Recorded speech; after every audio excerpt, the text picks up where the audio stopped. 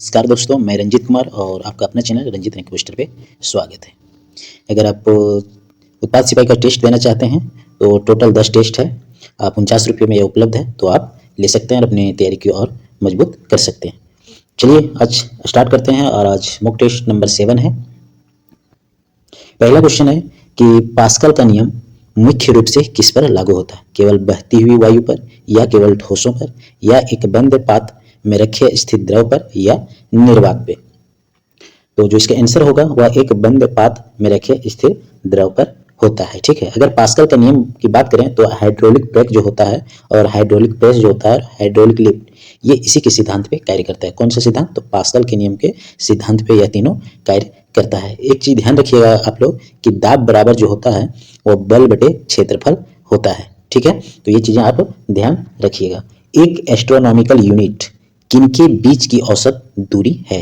पृथ्वी और चंद्रमा, पृथ्वी और सूर्य, सूर्य और चंद्रमा, और पृथ्वी और सूर्य। तो यह किसके बीच है, यह आपको बताना है।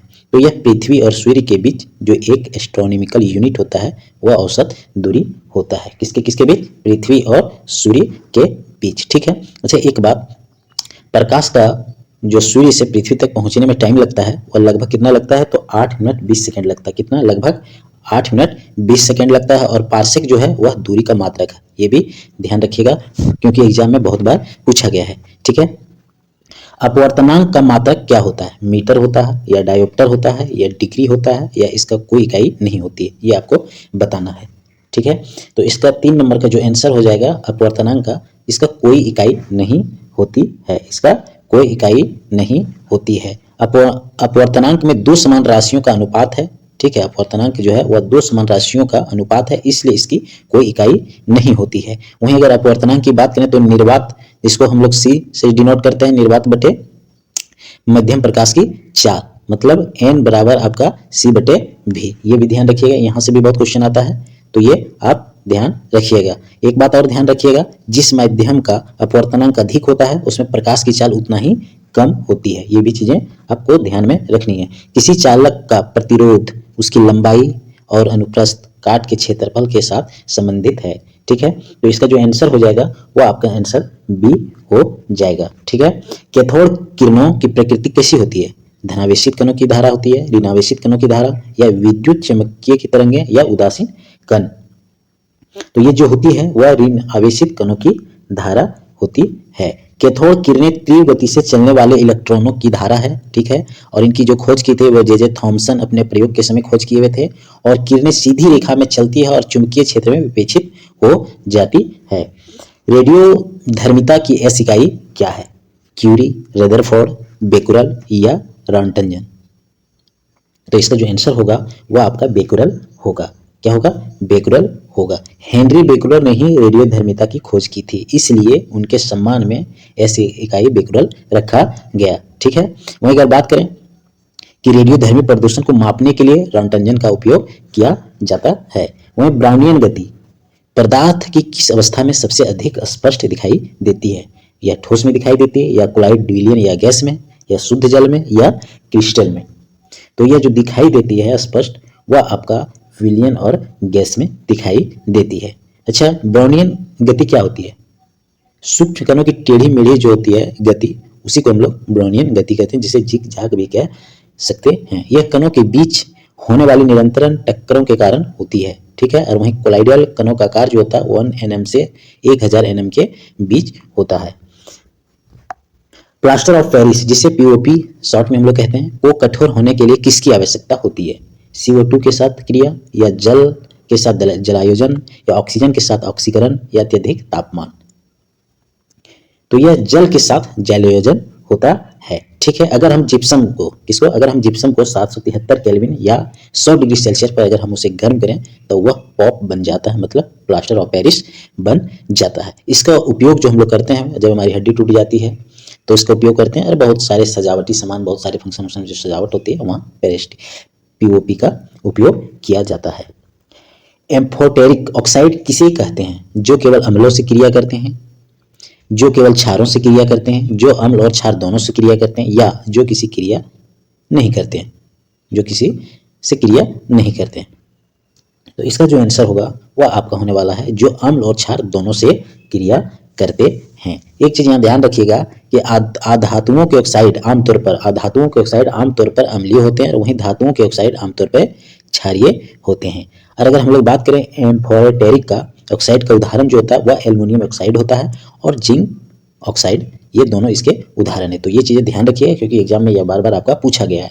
कोशिका चक्र किस अवस्था में डीएनए का द्विगुणन होता है? जीवन प्रावस्था या एस प्रावस्था में या G2 प्रावस्था में या M प्रावस्था में, आपको इसका बताना है। तो इसका जो आंसर होने वाला है वो एस प्रावस्था होता है, उस अवस्था में होता है। एस फेज में कोशिका अपने आनुवांशिक पदार्थ की एक कॉपी तैयार करती है और एम फेज में कोशिका जो है वह वास्तविक विभाजन करता है और इंटरफेज में जो होता है जिसको हम G1 S G2 कहेंगे, कोशिका चक्र का सबसे लंबा समय होता है। मानव शरीर में हृदय का पेसमेकर किसे कहा जाता है? एवी नोड, पुरकुंजे तंतु, SA नोड या बंडल ऑफ हिस? आपको ये बताना है कि हृदय का पेसमेकर किसे कहा जाता है। तो SA नोड को हृदय का पेसमेकर कहा जाता है। इसका फुल फॉर्म होता है साइनोएट्रियल नोड, ठीक है, जो दाहिने आलिंद में स्थित होता है और यह हृदय की धड़कन के लिए विद्युत संकेत उत्पन्न करता है। यदि यह खराब हो जाए तो कृत्रिम पेसमेकर लगाया जाता है। एरिथ्रोसाइट्स का जीवन काल लगभग कितना होता है? 10 से 15 दिन, 120 दिन या 2 से 5 दिन या 1 साल होता है, यह आपको बताना है। तो एंथ्रोसाइट्स का जो जीवन काल होता है वह आपका 120 दिन होता है। इसको आरबीसी भी कहा जाता है, किसे? एंथ्रोसाइट को। तो ये भी ध्यान रखिएगा, इसको आरबीसी भी कहा जाता है। वयस्क मनुष्य में आरबीसी में केंद्रक नहीं पाया जाता है, लेकिन अपवाद है ऊंट और लांबा, इसमें केंद्रक आरबीसी में केंद्रक पाया जाता है, अपवाद में ऊंट और लांबा, ये ध्यान रखिएगा। मृत आरबीसी का जो विनाश होता है वह प्लीहा में होता है, जिसे आरबीसी का कब्रिस्तान भी कहा जाता है। टर्नर सिंड्रोम से ग्रसित महिलाओं में गुणसूत्रों की स्थिति क्या होती है? 44 + XXY या 44 + XO या 44 + XYY या 45 + XX? यह टर्नर सिंड्रोम में ग्रसित जो होती है महिलाएं, उसको गुणसूत्र की स्थिति क्या होती है वो आपको बताना है। तो इसकी जो स्थिति होती है वह 44 + XO होती है। इसमें जो X है वह गुणसूत्र की कमी होती है, ठीक है, जिसमें कुल 45 गुणसूत्र रह जाते हैं, ठीक है। ऐसी महिलाएं बांझ होती है। बांझ किसको बोला जाता है? जिसे बच्चा नहीं हो रहा हो, ठीक है, बांझ उसी को कहते हैं, या तो बच्चा कभी नहीं हुआ हो, ठीक है। और शारीरिक विकास कम होता है, ठीक है। 44 + XXY की स्थिति में क्लाइनेफेल्टर सिंड्रोम कहलाती है, ठीक है। और अगर 44 + XO जो होता है यह टर्नर सिंड्रोम कहलाता है। तो ये चीजें ध्यान में रखिएगा। एक पारितंत्र में ऊर्जा का पिरामिड हमेशा कैसा होता है? हमेशा सीधा, हमेशा उल्टा, पहले सीधा फिर उल्टा या तुर्क रूपी? तो इस प्रश्न का जो आंसर होगा वह होगा हमेशा उल्टा होता है। जो एक परितंत्र होता है उसमें ऊर्जा का जो पिरामिड का हमेशा होता है वह हमेशा उल्टा होता है। ऊर्जा का प्रवाह हमेशा नीचे से ऊपर की ओर घटता जाता है, ठीक है, ये ध्यान रखिएगा। वहीं संख्या और जैवभार के पिरामिड उल्टे हो सकते हैं, लेकिन ऊर्जा का कभी नहीं उल्टा हो सकता। वहीं परिस्थितिकी तंत्र में ऊर्जा का मुख्य स्रोत सूर्य होता है। मेंडेलियन विकार में हीमोफीलिया क्या है? ठीक है, आपका हीमोफीलिया के बारे में आपको बताना है। एक संक्रामक रोग है या लिंग संलग्न अप्रभावी रोग है या गुणसूत्रीय विकार है या जीवन जनित रोग है, ये आपको बताना है, ठीक है। यह लिंग संलग्न अप्रभावी रोग होता है। हीमोफीलिया क्या है?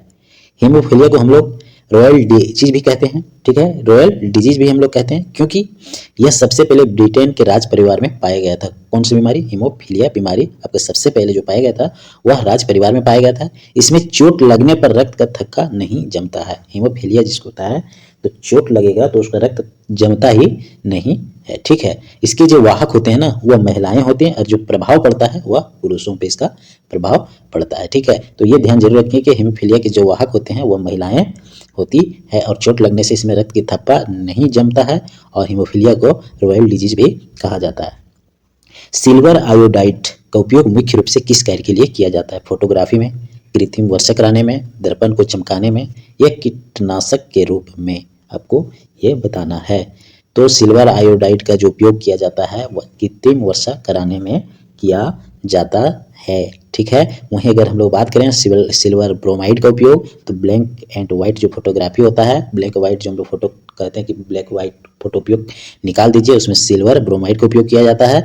वहीं आपका सिल्वर नाइट्रेट का जो उपयोग किया जाता है वह चुनाव के समय जो हमारे अंगूठे में या किसी भी शरीर में कोई भी अंगुली में जो हम लोग को लगाया जाता है स्याही, चुनाव के समय वह स्याही में जो उपयोग किया जाता है वह सिल्वर नाइट्रेट का उपयोग किया जाता है। इसका रासायनिक सूत्र जरूर याद रखिएगा, ये पूछता है AgNO3, तो ये चीज ध्यान रखिएगा। किसी परमाणु की संयोजकता क्या निर्धारित करती है? परमाणु का भार, तत्वों के संयोजन की क्षमता, नाभिक में न्यूट्रॉनों की संख्या, समस्थानिकों की संख्या, यह आपको बताना है। तो इसका जो आंसर होगा वह तत्वों के संयोजन की क्षमता होगा। अगर बात करें बाहरी कक्षा में जो मौजूद इलेक्ट्रॉनों की संख्या या अष्टक पूरा करने के लिए एक आवश्यक इलेक्ट्रॉन संयोजकता तय करता है। वहीं नोबेल गैसों की बात करें तो संयोजकता जो होती है नोबेल गैस की वह शून्य होती है और संयोजकता कभी भी भिन्न में नहीं होता है, ये ध्यान रखिएगा। वहीं डॉपलर प्रभाव का संबंध किससे है? केवल प्रकाश से, केवल ध्वनि से, प्रकाश और ध्वनि दोनों से, और केवल गुरुत्वाकर्षण से।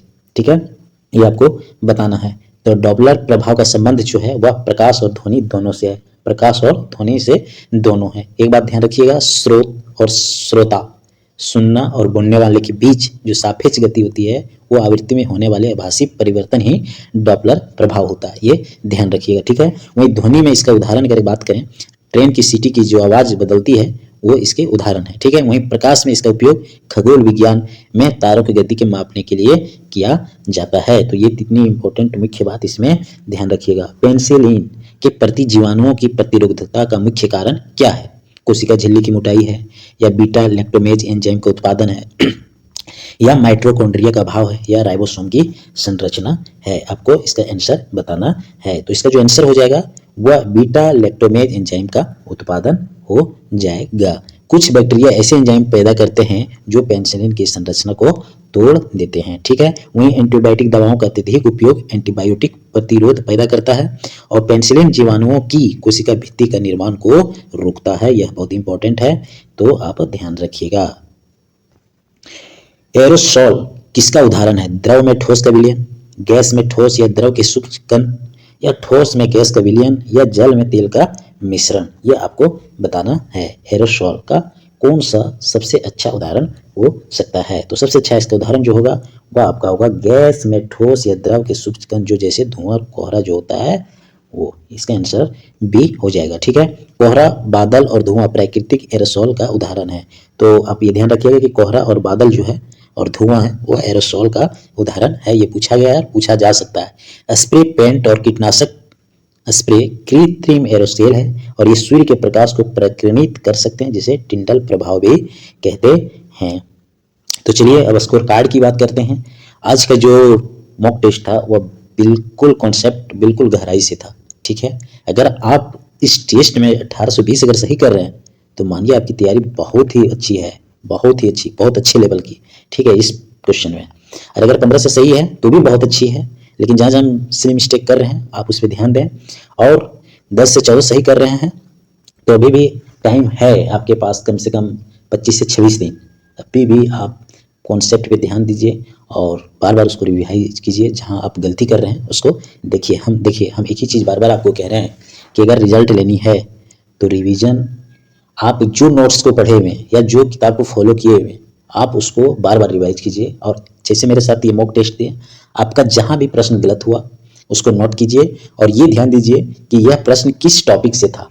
उस टॉपिक को जाके आप फिर से पढ़िए, तो नेक्स्ट बार जब मॉक होगा तो उस टॉपिक से जब क्वेश्चन आएगा तो आपका गलत नहीं होगा। ठीक है, अगर मार्क्स बढ़ाना है तो यही है, आप मॉक दें, मॉक में जहाँ गलती हुई आप उस टॉपिक को पहचानें और उस टॉपिक को पढ़ें और नोट करें और रिवीजन करें। बस आप ये चीज़ फॉलो कीजिए, आपका रिजल्ट 100% होगा। ठीक है, तो चलिए, और अगर आप टेस्ट मेरे साथ देना चाहते हैं तो मात्र 49 रुपये में अवेलेबल है, तो आप ले सकते हैं और दे सकते हैं। तो चलिए आज का वीडियो यहीं पे समाप्त करते हैं। जय हिंद, जय जोहार।